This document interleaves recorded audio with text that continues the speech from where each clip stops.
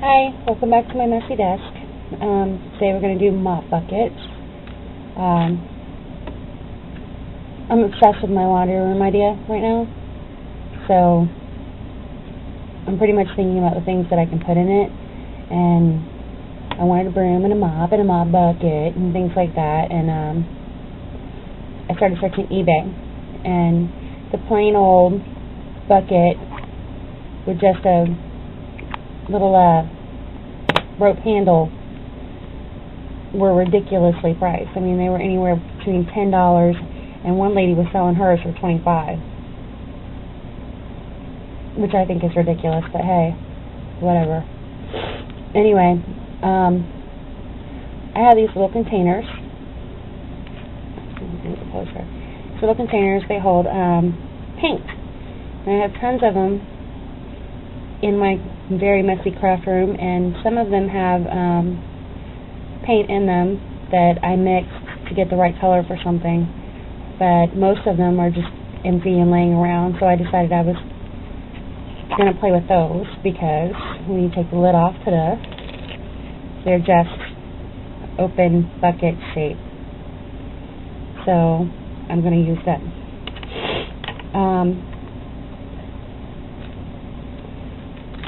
Let's see, what am I doing? Oh yeah, painting it.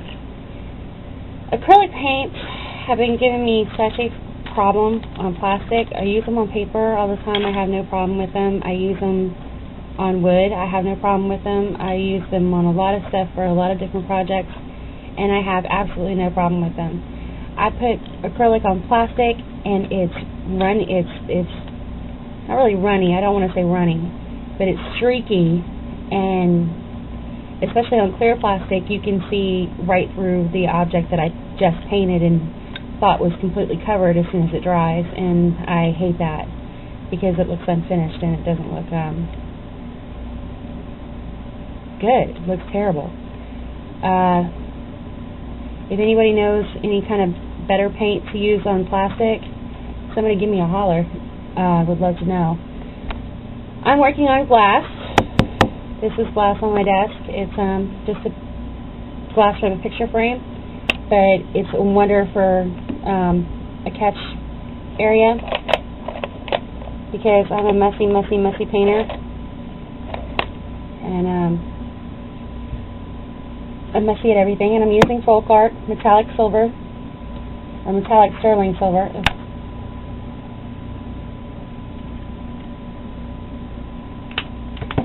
Now, the technique that I found for these, it still has some issues, but it's not as problematic as the brush stroking. When you brush stroke, it's very streaky, and you have to make tons of brush strokes to get it covered. It doesn't work on plastic. I don't know why, but it doesn't work on plastic.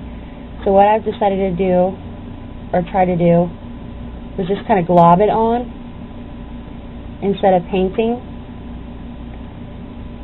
It's probably wasting a whole lot more paint than you normally would, but I'm globbing it on.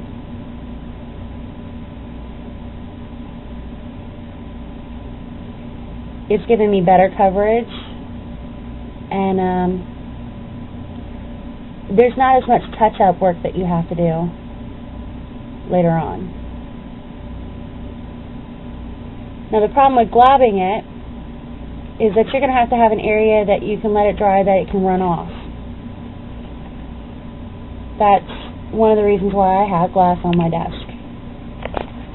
Because when it's on glass, the excess paint gets on the glass, and you can just scrape it up, or when you wash your glass with your dishes or whatever, it'll come right off. It doesn't stay. It peels off, it flakes off, it's not permanent, and you can reuse your glass for other projects.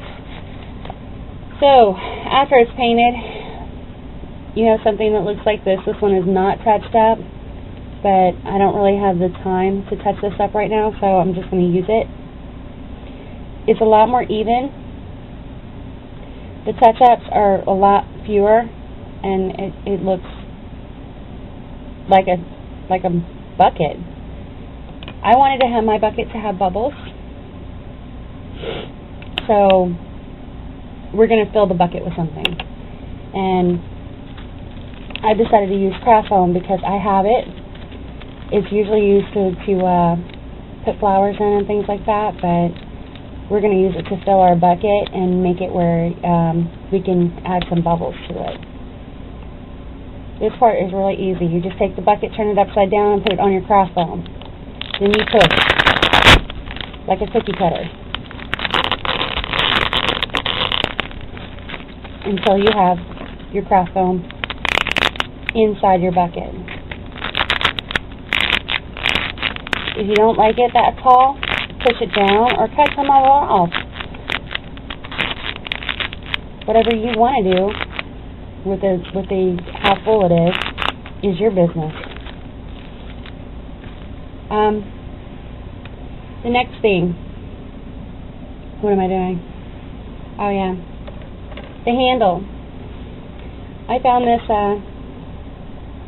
clothesline at Family Dollar. It was like, I think it was $1 to $1.50 for 100 yards. And since I needed clothesline anyway, I went ahead and bought it. But I know you're looking at that and you're saying, hey, that's not miniature, that's huge. That would be humongous on it. But that's not the part that we're going to use. Inside are these 3 little ropes. See? 3 little ropes. You're just going to cut down the amount that you need to make it the length that you want, and then just pull a little rope out so you have something that looks like this. You want to save the rest of it because I actually came up with another project that uses that, and it's kind of nifty. So that stuff looks like it's going to be handy. So we're going to attach our rope now. Got my handy dandy Duco cement. I love this stuff.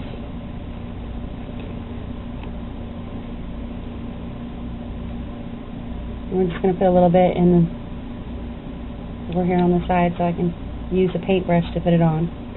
I love paintbrushes. They're so easy to apply things. You can never have too many paintbrushes in your craft room. You just paint a little bit onto the sides where you want your rope to be.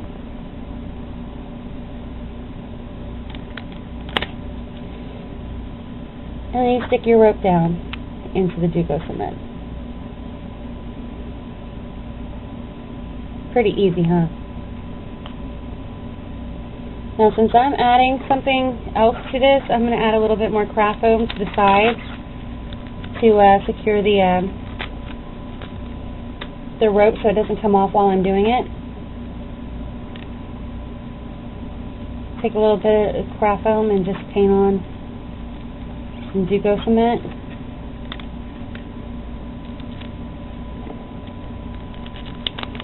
And then press it into the side so it holds your rope very still.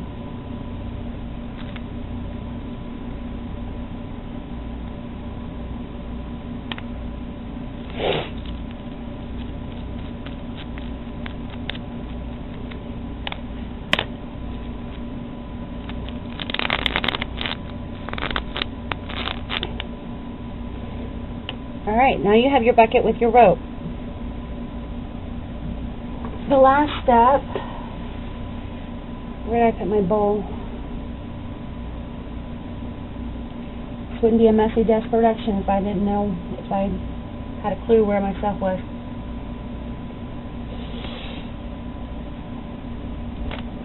Oh, there it is. I have this mixing bowl that I use for anything that has a lot of glue elements to it, and my very hard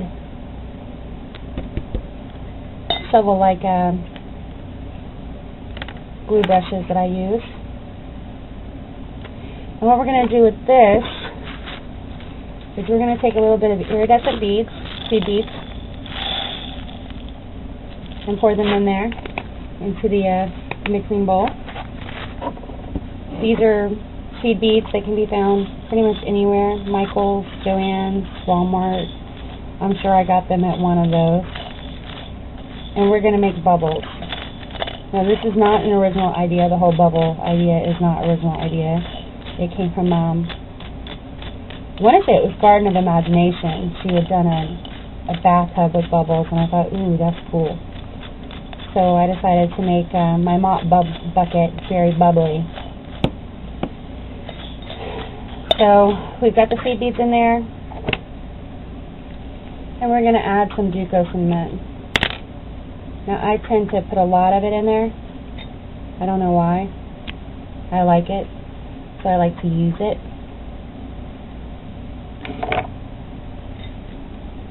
And you just mix it up like you would anything else until it's like a bead-filled paste.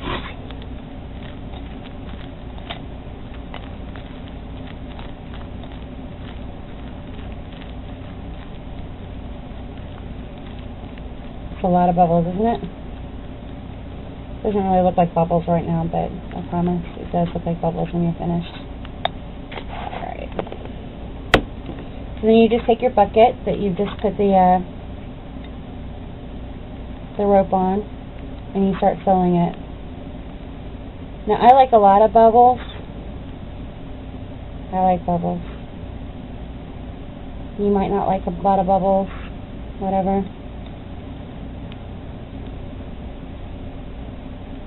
Add as many bubbles as you like, just right on top of that craft foam. It hides the craft foam very well.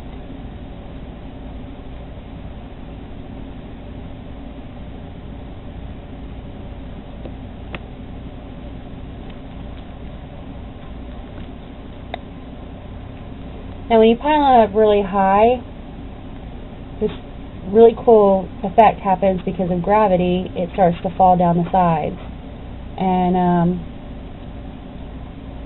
I thought that was nifty neato because it looked like the bubbles were spilling over. But I'm assuming that's something that you can add to later if you wanted to. You could add more bubbles like that. It looks like it's spilling over the side.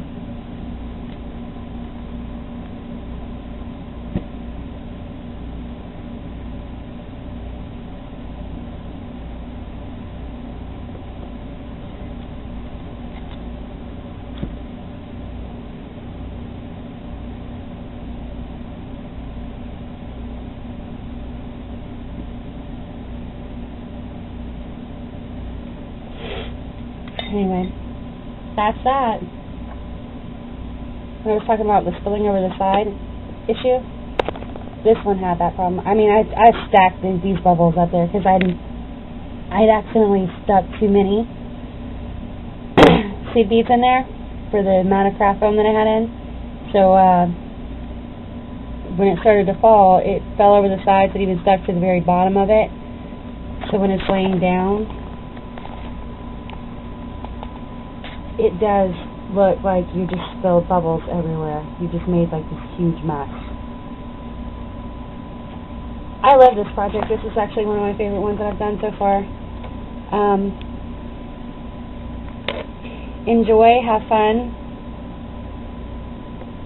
If you have ideas or tips on how to make our little crafts better, or if you have something that you think I ought to try for any reason whatsoever, stick it in the comments and we'll try it. Have a great night.